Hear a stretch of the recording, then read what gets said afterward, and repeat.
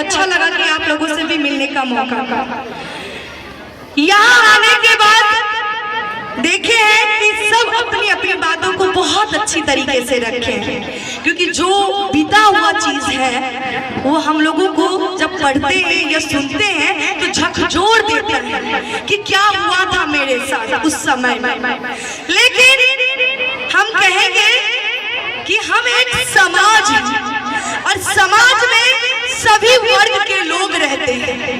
आज आप कुर्सी पे बैठे हैं और कुर्सी की जो चार पौवा है वो समाज है, चार समाज है। अगर उसमें से एक पाँव टूट जाएगी तो क्या आप उस कुर्सी पे बैठ पाएंगे? बताइए, बैठ पाएंगे? नहीं बैठ पाएंगे।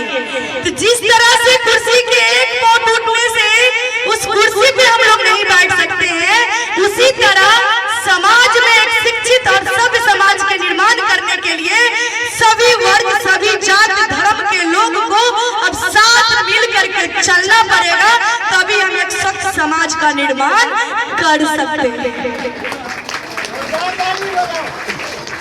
अभी प्रयागराज में महाकुंभ चल रही है, हम खुद भी गए हैं, लेकिन जो घटना घटी है उस पे बाबा बागेश्वर धाम वाले बाबा कहते हैं कि जो मर गए वो मोक्ष की प्राप्ति कर लिए। तो मैं बाबा से कहूंगी, तो बाबा आप किस चीज का इंतजार कर रहे थे? जो मर गए उनको मोक्ष मिल गया तो आप भी चले जाते, आपको भी मोक्ष मिल जाता। भैया उससे पूछिए जिन्होंने अपनों को खोया है, जिन्होंने अपने माता पिता को खोया है, जिन्होंने अपनी बेटी को खोया है, जिन्होंने अपने आंचल के फूल को खोया है, जाके पूछिए उन लोगों से उनकी दर्द को। और आप कहते हैं मोक्ष की प्राप्ति? इतनी भी अंधभक्ति नहीं होनी चाहिए समाज में। मानिए, हर चीज के मानिए। कहते हैं संत शिरोमणि रविदास जी, मन चंगा था कटौती में गंगा।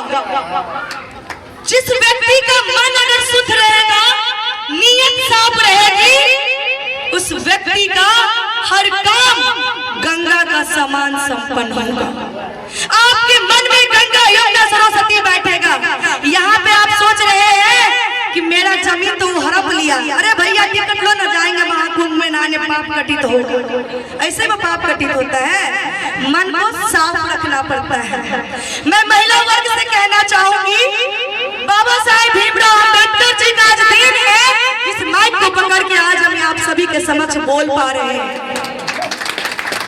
यहाँ पे मैं आई हूँ और मैडम जानकी जी से पूछी हूँ कि महिलाएं बोली है क्या? उन्होंने कहा नहीं मैडम। तो बोले आप कोशिश करेंगे 2 शब्द बोलने की। लेकिन मुझे अच्छा लगा कि कोशिश इसलिए वो कर पाई क्योंकि वो शिक्षित है, वो पढ़ी लिखी है, उन्हें पता है कि मेरा अधिकार क्या है। अरे भाई, आपको आपका अधिकार कोई देगा ला करके? अधिकार कोई किसी को ला के नहीं देता है, छाती पे चढ़ के अधिकार को छीनना। तो इतना ही कहूंगी मैं कि कौन हूं मैं, क्या हूं मैं, ये खुद से सवाल पूछती हूँ। कौन हूँ मैं, क्या हूँ, ये खुद से सवाल पूछती हूँ मैं।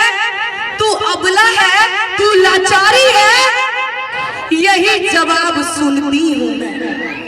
तुम अबला हो, तुम लाचारी हो, यही जवाब सुनती हूँ मैं।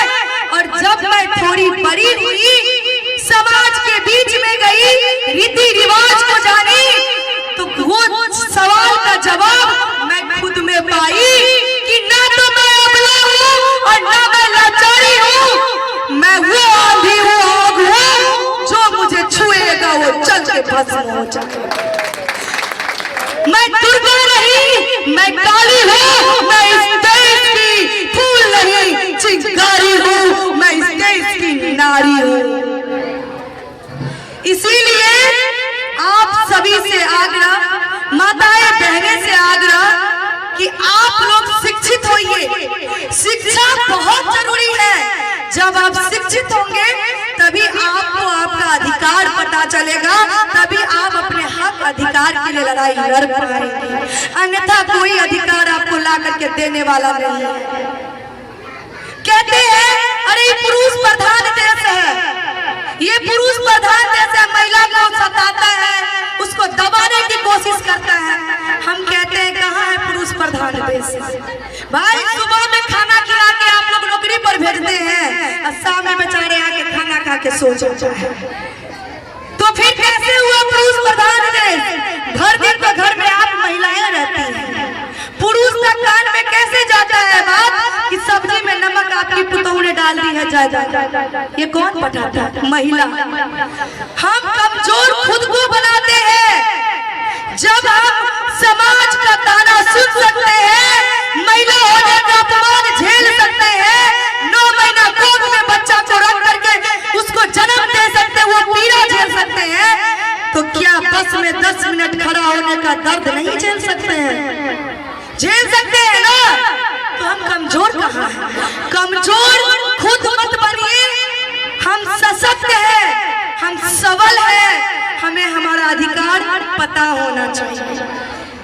बस इतना ही कहूंगी, बहुत टाइम ले ली, माफी चाहूंगी। बहुत बहुत धन्यवाद। बहुत बहुत धन्यवाद। इनका पूरा नाम